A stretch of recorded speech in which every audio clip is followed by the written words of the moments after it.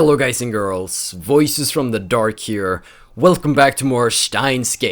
We are standing in a laboratory of the three weird amigos, and they have been doing some, well, experiments, and the results and the inventions are not very great indeed, and now we're trying to freeze bananas, so let's see how that whole thing goes. Instead we got gel bananas, so let's make Daru eat them. Daru, you wouldn't mind eating one of these, would you? Of course you wouldn't. It's for science. Your sacrifice will forever be remembered. They look really nasty. The taste doesn't matter. What matters is that you eat it. So come on, Daru, no need to be shy. Break a leg or a stomach and go for it. No way. Fine, Mayuri, then the honor shall be yours. But gel bananas are all gloopy, droopy, soft and squishy. Wait, you already tried one? It had no flavor and wasn't tasty at all. Gloopy, droopy, soft and squishy. Daru, what do you think? Soft and squishy bananas, huh? Soft and squishy banana.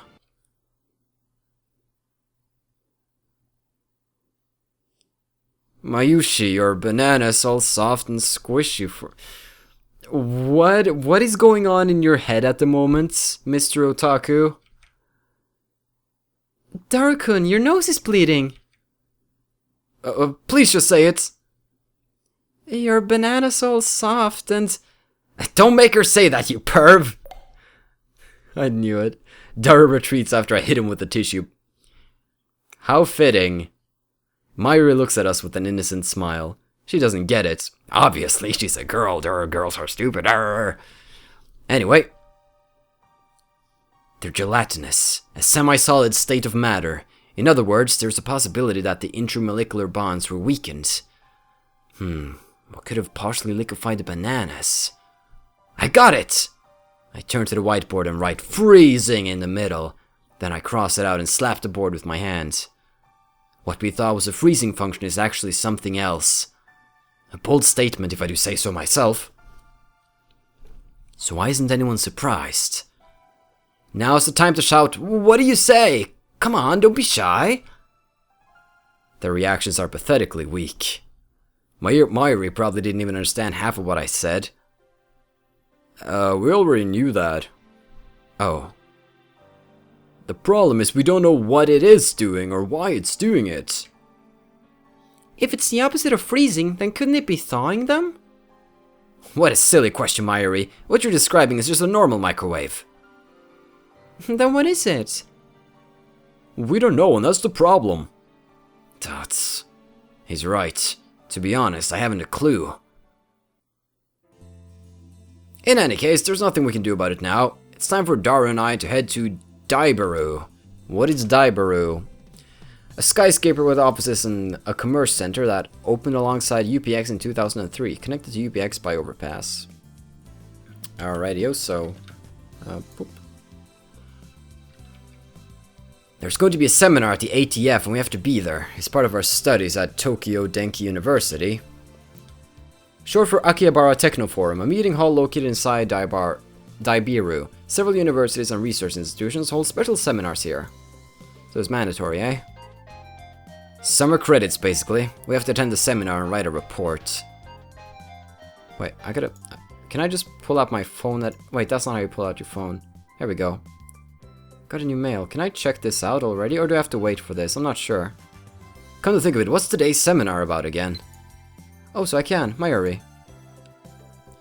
You know, I'm really sad about dropping my Upa. It's worse than last year when I missed buying Fatty Jiro Froggy. I feel your pain.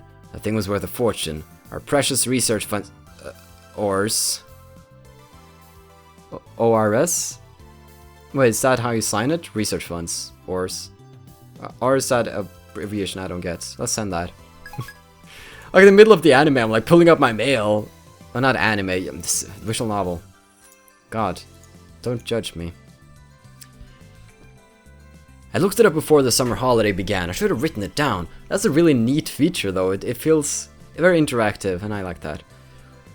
Behind me is the large unidentified object that crashed into a building near Akihabara Station. The building is under police barricade. No one is allowed to approach, but from a distance the object appears to be some kind of satellite. As we cross the overpass that connects UPX and Daibiru, I look down to see a huge crowd of people moving through the plaza. There are even some garishly dressed young men and women, the sort you don't usually see around Akiba. Everyone is walking towards the main street, which is still cordoned off. Daru, aren't you going to check out Radio Kaikan? No point, can't get close. I've been following the news online though. There's already 100 threads about it on that channel. It's huge, man. Oh, so that's why he was staring at his phone earlier. We enter Daibiru and take the elevator to the 5th floor ATF Assembly Hall. Man, feel that AC. Wait, that was him. Wait, man, oh yeah. Feel that AC, I'm alive. Unlike the lab, Daibiru has air conditioning, yet another reason for our diligent participation in the seminar. Oh, okay. About the phone wave name subject to change, I might have found our answer. You know, that name subject to change thing is really annoying. I won't give in that easily. Even if no other lab members use name subject to change, I will carry on until the day we decide its true name. Now is not the time. So what's your latest ridiculous theory? What do you mean ridiculous? My genius brain considers every possibility, even those a lesser mind would say break the laws of nature. Don't you dare call that ridiculous. So basically you're just pulling stuff out of your ass. You can't call that science. Daru, I have a hunch that the phone wave, name subject to change, may be the key to opening Steins' gate. How's that? Steins what? You lost me back at ridiculous, man. I am also curious about what Steins' gate could be. Let's find out. A chime signals our arrival on the 5th floor. The elevator doors open slowly. As we step out of the elevator, I bump into someone. I quickly grab the person's shoulder to keep them from falling. I'm sorry. What? It's a girl. And I recognize her. You! Impossible. Chills run down my spine. I stared at her face in disbelief. I saw this girl just 3 hours ago. Makise Kurisu! Is there something wrong? Kurisu frowns and tries to back away, but I don't let go of her shoulder. My grip tightens. Ow! You should be dead! Why are you here? And you're even... There isn't a single bloodstain on her clothes, and they're the same ones she was wearing when I found her. Only a serious wound could have produced that much blood. Yet as far as I can tell, she's completely uninjured. Not a scratch. Genius guess, because of time travel. Because they wouldn't have like a major character appear in like the opening of the freaking visual novel if they just died after 5 minutes. Hey, that hurts! Let me go! Kurisu pushes me away. Then she shoots me a weary glare. I realize that I'm gaping in disbelief. What's wrong with you? You're okay, but that's impossible! Someone stabbed you! I saw you lying in a pool of blood! That again? Daru interrupts. Wait, there's something strange about what he just said. What do you mean again? I mean, you sent me that email like a week ago, right? I sent you an email? Don't be ridiculous, I saw her dead just 3 hours ago. And we did send him an email. But did that only reach him 1 week before? Brain is like... Pfft. Hey, could you not talk about me like that? I'm perfectly fine. You know, that message was kind of weird. It was dated a week after I got it, which means it came from the future. It came from the future? That sounds like something you'd read on the internet, Daru. It's rare for you to talk about ridiculous theories. No, the date was definitely a week later. It came from the, 28th. Wait, that's the day! Daru pulls out his phone and shows it to me. He's right. The email was sent from my phone. Uh-huh. He received it on July 21st at 12:56. But it was sent on July 28th, 12:54. It was split into 3 emails. Someone stab. Bed Makise Kurisu. Don't... Why did I send such a short message in 3 parts? And it looks like the 3rd email got cut off. I do recognize the content though. This is the email I sent you 3 hours ago. But I sent 1 mail, not 3, and there should be more text. Did Daru really get this a week ago? Interesting. Suddenly, Kurisu is standing next to me, peering intently at the screen of Daru's phone. Oh right, the email's not important. Well, maybe it is, but not right now. The real question is why she's still alive. Is she an illusion? No, an evil spirit. Am I haunted? I don't believe in such unscientific drivel. I'm a mad scientist. I timidly reach out to touch... You're getting creepy, dude. You don't approach a girl like, I saw you dead. Let me prove your existence by touching your face. That's how you get a restraining order, darklings. My fingertips stroke her hair. Feels silky. Quite the cuticles. Substance? She has substance. Of course she's not a ghost. How silly of me. Dots? Okarin? I don't think that's a good idea. Also, Itaru also says Okarin, because I'm guessing Itaru is the one who writes the logs? I'm not sure yet. I poke Kurisu's cheek with my finger. Such softness. Dead bodies don't feel like this. Not that I've ever touched one or been have sexual relations with one. Shut up, what are you talking about? Unspecified. I don't know what that word meant. Hey. Wait a minute, we already touched when I bumped into her coming out of the elevator. I even grabbed her shoulders before being pushed away. I still doubted that she had substance? That's just proof of how confused I am. If she's alive, then what did I see back at Radio Kaikon? What was that scream I heard?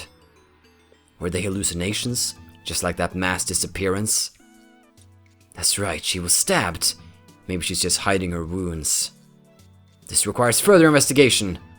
Don't tell me you're gonna, like, pull up her shirt. Oh. Or no, Rintaro, stop! I grabbed the hem of her blouse and slowly lifted. Are you trying to get yourself arrested? I just want to know the truth. I stare straight back at Kurisu as she trembles with anger and lift her blouse a little higher. Okay, we're just poking the bear at this point. What truth, you perv? You stupid? Want to die? She pushes my hand away. Louise-chan? It's Louise in English, I'll just say Louise. I'm not sure if it's said differently here. Louise-chan's famous line for the win. Is that based on like a British person? Or what's this? The main heroine of the anime, the familiar of 10, a tsundere. Her voice actress is the queen of tsundere, Sugimiya Ria. Sugyu. Alright, so that's a line from a tsundere, and I can imagine. Daru shouts something silly, but I ignore him and press Kurisu. He's probably taking snapshots right now. I know what I saw! No way! Did you just see my underwear? Kurisu's face turns bright red. She firmly pulls her blouse down. I wasn't expecting this from a series, but I guess anything that comes out of Japan has to have a little bit of this. No, you fool! Not that!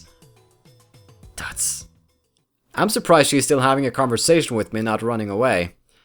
Earlier this afternoon, after Dr. Nakabashi's presentation, someone killed Makise Kurisu and left her in a pool of blood. I carefully explain everything I saw. Wait, Dr. Nakabashi? What are you talking about, Okarin? Dr. Nakabashi's presentation was cancelled. Wait a minute! Yeah, there's gonna be a lot of that throughout this series. Cancelled? Yeah, because of the satellite crash. Something's wrong. Our stories aren't matching. It's the same thing that happened right after I saw the mass disappearance. Mayuri's story didn't match mine. I need to know. Am I caught in some sinister plot? Is this some another organization conspiracy? Oh, sorry, that was her. Excuse me, my name is Hoyun Kiyuma. Really, man? You're hopeless. Okay, Hoyun-san. I'd like to hear your story in more detail. Okay, I guess they have to display the different suffixes. We can do that. Japanese employs a system of name suffixes? I'm not sure, that define the speaker's relationship to the addressee. The common honorifics are as follows. San, the most common honorific, used with strangers, people of equal status, and in general whenever one needs to be polite. When used after the given name, Kiyuma-san, it indicates a closer relationship. Okay, so kun, an informal name suffix generally used for male friends or male subordinates, also used by males towards female subordinates in professional environments. Chan, a diminutive suffix that indicates high affection, usually used for small children, young girls, or between close female friends. You know, just add Chan to the word and it turns instantly cute, like dark, not cute, dark Chan, ooh, kawaii! You know, that's how it works. Tan, an even more diminutive version of the Chan suffix, most often used for fictional characters, especially anthropomorphize.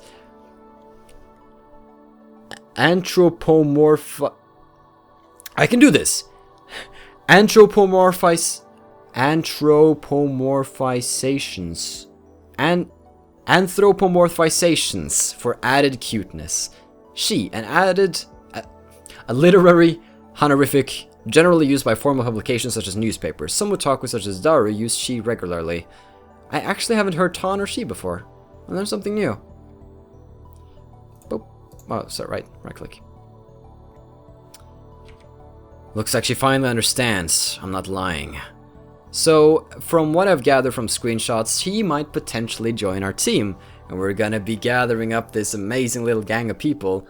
Now I feel like the game is finally kicking in. I'm getting interested here. But I still don't understand why my memories don't match everyone else's. I doubt that I can give her a good explanation. Just then, an older man steps out of the assembly hall. Makise-san, it's almost time.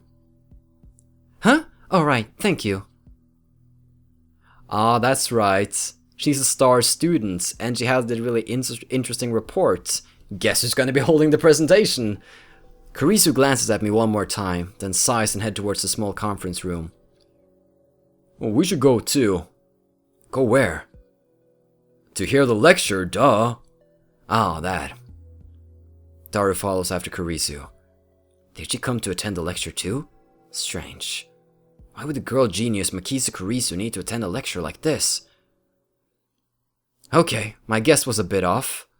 That girl genius didn't come to attend the lecture, yep. I'd like to thank everyone for coming to hear me speak today. It's like totally cool and all, so yeah. Free Starbucks, yeah. She's the one giving the lecture. Japan's famous girl genius Makise Kurisu, who had her thesis published at the tender age of 17. According to Daru, she turned 18 a few days ago. Nice. For scientific purposes. I first heard about her when Daru pointed her out in a Gossip magazine article. Gossip magazine. That's when he told me that she was going to be a guest at ATF. I'd forgotten all about it. It's my first time giving a lecture like this, so please forgive me if I'm a little nervous. The audience is pretty mixed. Yeah, I like this. What do you think, Bob? I hate this. What are you talking about, Jim? Seems pretty mixed to me. It's mostly students like us, but there are also a couple of professors. And Kurisu just gave me a sharp look. What did I do? When I return her stare, she quickly averts her eyes. I don't care if she's a genius or whatever, I still don't like her.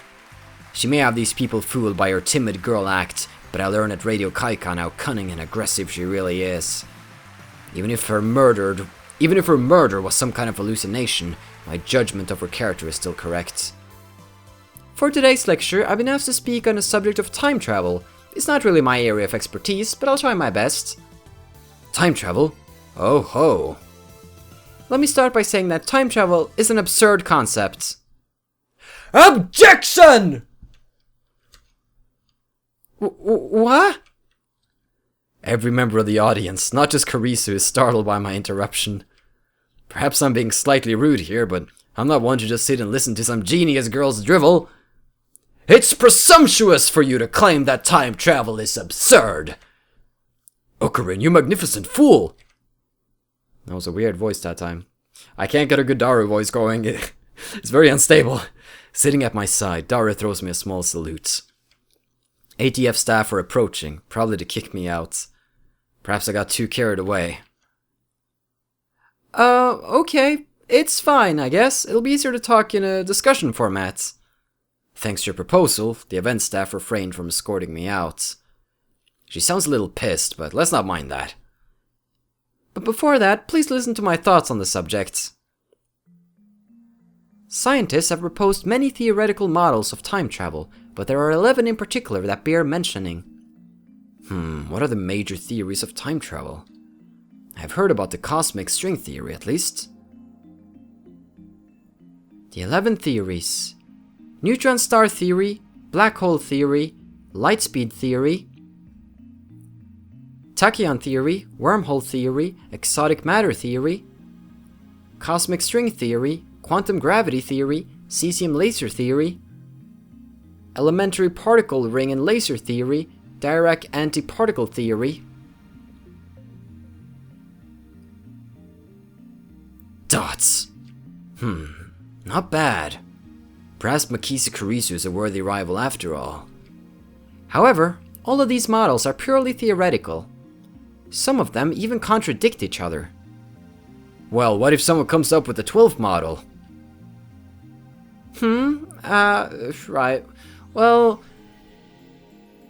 it could be contradicted by the 13th model now, couldn't it? Damn, she twisted my question and used it against me. Touché, genius girl. Suddenly I feel eyes on me. Some puffed up professors are giving me a hard look from across the room. Maybe I got too carried away. I don't want to risk losing my credits. I should back off for now. By the way, time travel to the future is available to us right now, according to Einstein's special theory of relativity. Oh god. Refers to both Einstein's special theory of relativity published in 1905 and his general theory of relativity published in 1916. Represented by the famous equation E equals mc squared, the special theory of relativity is defined by the following axioms. Objects cannot travel faster than the speed of light. As velocity approaches the speed of light, the passage of time approaches zero. As velocity approaches the speed of light, length approaches zero. As velocity approaches the speed of light, mass approaches infinity. The general theory of relativity adds the following axioms.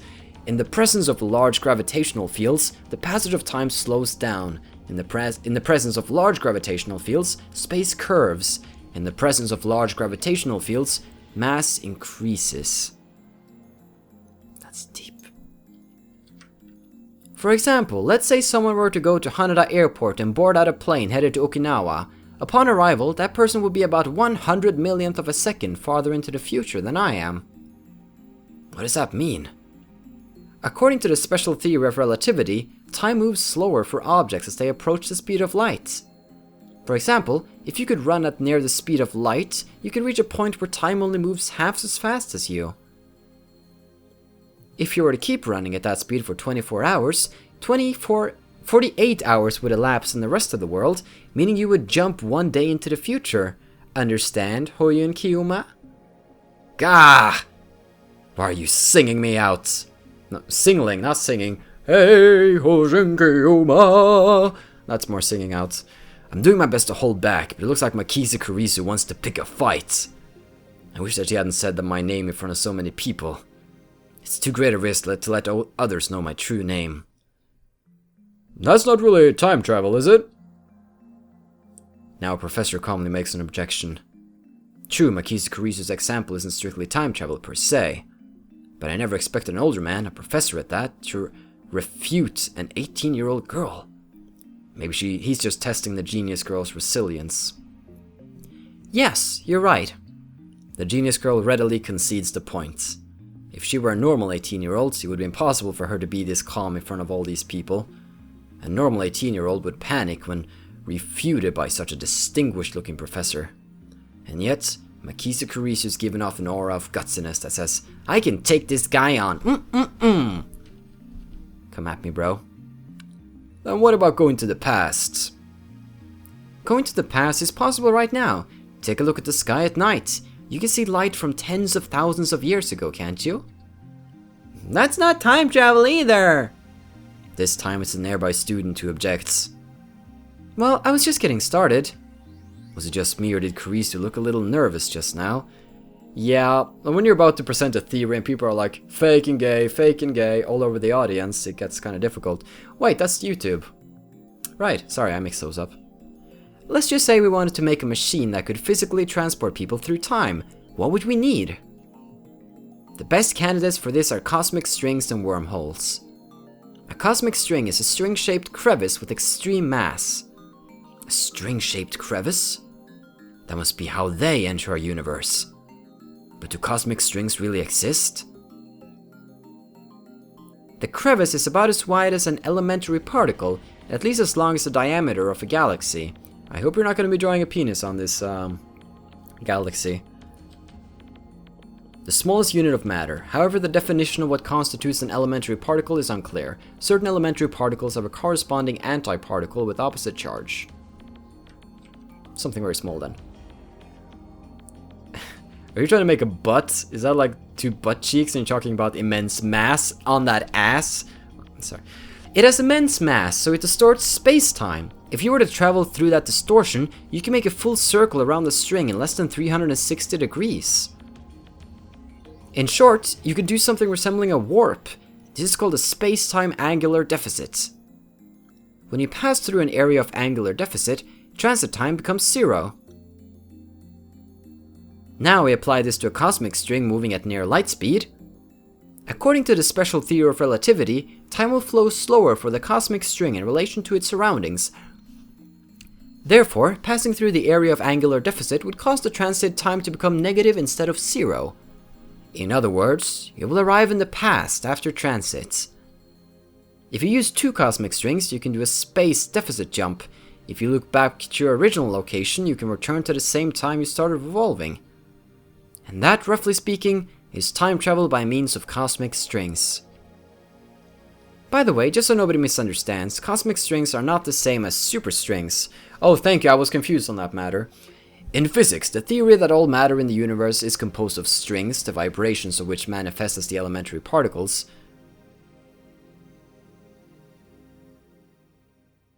Oh, wait. That was a weird sentence, isn't it? In physics, the theory that all matter in the universe is composed of strings, the vibrations of which manifest as the elementary particles. This theory, which posits 11 dimensions, is currently impossible to prove experimentally. However, it is said that if this theory is proven, it will explain all phenomena from the birth and scope of the universe on the macro level to elementary particles like quarks on the micro level. Interesting. Now then, you need 3 things in order to travel to the past with cosmic strings. First, the cosmic strings themselves. 2 strings to be exact. By the way, they are hypothesized to exist only where the universe was first formed, so they might be a little hard to find. Second, you would need the energy required to make them move at near light speed. How much energy do you think we need to accelerate something as long as the Milky Way to near the speed of light? I'm pretty sure it's a little more than a 1.21 gigawatts. Gigawatts. Originates from a 1980s trilogy of Hollywood movies about time machines and time paradoxes. In the first movie, the inventor of the time machine said that it needed 1.21 gigawatts of power to travel through time. In reality, the unit gigawatt does not exist. The scriptwriter made a spelling mistake. The correct unit is gigawatts. Okay, I have a feeling I know which movie they're talking about here. This earns a few chuckles from the audience. Yes, quite. Yes, references. Hashtag relatable. Third, you need a spaceship capable of reaching these cosmic strings and returning, with the time traveler alive, of course. What do you think, Hoyin-san? Care to take on the challenge of cosmic string time travel? Like that's even possible. Why the hell is she addressing me? I wasn't even the one who jeered this time. Looks like Hoyin-san doesn't want to take the challenge. I'm not sure how to say that name. Hoi, I just say kind of like Hoyin-san, just jump over all of those vowels. Hoyin-san. It's just gonna be like that. In that case, let's consider wormholes. They may be a little more realistic than cosmic strings. By the way, Hoyin-san, do you know what wormholes are? No, don't ask me. I'm trying to hold back here. Since I've been challenged, though, I can't leave the question unanswered. It's like a shortcut through space, right? Yes, that's correct. Phew, I got it right. I sigh inwardly in relief. There are 2 wormholes joined by a tunnel. No matter how far away the wormholes are, transit time through the tunnel is 0. But oh no, there's a problem. The wormhole tunnel suffers from supergravity and collapses as soon as it opens. So we need something to negate the effect of gravity. So-called exotic matter, a substance with negative mass which repulses other matter. Are you still with me here? I know it's getting very scientific right now and your brain's probably hurting a bit. But it's important to kind of talk about this. Well, it's about time travel. It's going to be advanced. It's not like go buy some milk at the store and pour it in your mouth and throw the carton away and your time travel. This is important stuff. Negative mass, huh? Is it something that floats if you leave it on the ground? Maybe not. I can't even begin to imagine what it would be like. Kurisu raises her right fist. Say that the wormhole tunnel is being squished by an invisible fist. In order to pass through, you need something that could oppose my fist's grasping force so that I can't squish anymore. Kurisu opens her fist. If you stabilize the tunnel with exotic matter injection, instantaneous travel between wormholes becomes possible. To travel through time, however, takes a little more effort. For example, let's say there's a wormhole entrance here in Akihabara, and the exit is in Los Angeles. First, we send the wormhole in LA all the way to the end of the universe, at near the speed of light, and once it's there, we yank it back to LA. How? How would a wormhole, appear? And, how could you move? I'm confused. According to the special theory of relativity, time slows down for objects moving at the speed of light, meaning the hole that returned to LA would be further in the past than the Akihabara hole. So now, if Hoyin-san jumped into the wormhole, he'd arrive in LA several years before he left. However, this still can't be called true time travel. It only seems that way. This is called the Urashima effect. In special relativity, a phenomenon originating from the fact that time slows down as an object approaches the speed of light. For example, imagine that an astronaut travels to a nearby star and back at close to the speed of light. The trip might take a few years from the astronaut's perspective, but he would return to Earth to find that thousands of years had passed in his absence. The important part is to return to Akihabara from LA through the wormhole once more. Since the transit time is 0, Hoyin-san will return to Akihabara several years in the past. Time travel complete.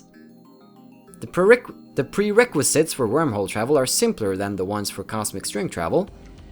First, the wormhole itself. They may exist somewhere in the universe, but nobody's ever seen one. Second, the energy required to move a wormhole to the end of the universe and back at near light speed. Third, exotic matter, which by the way has not been confirmed to exist.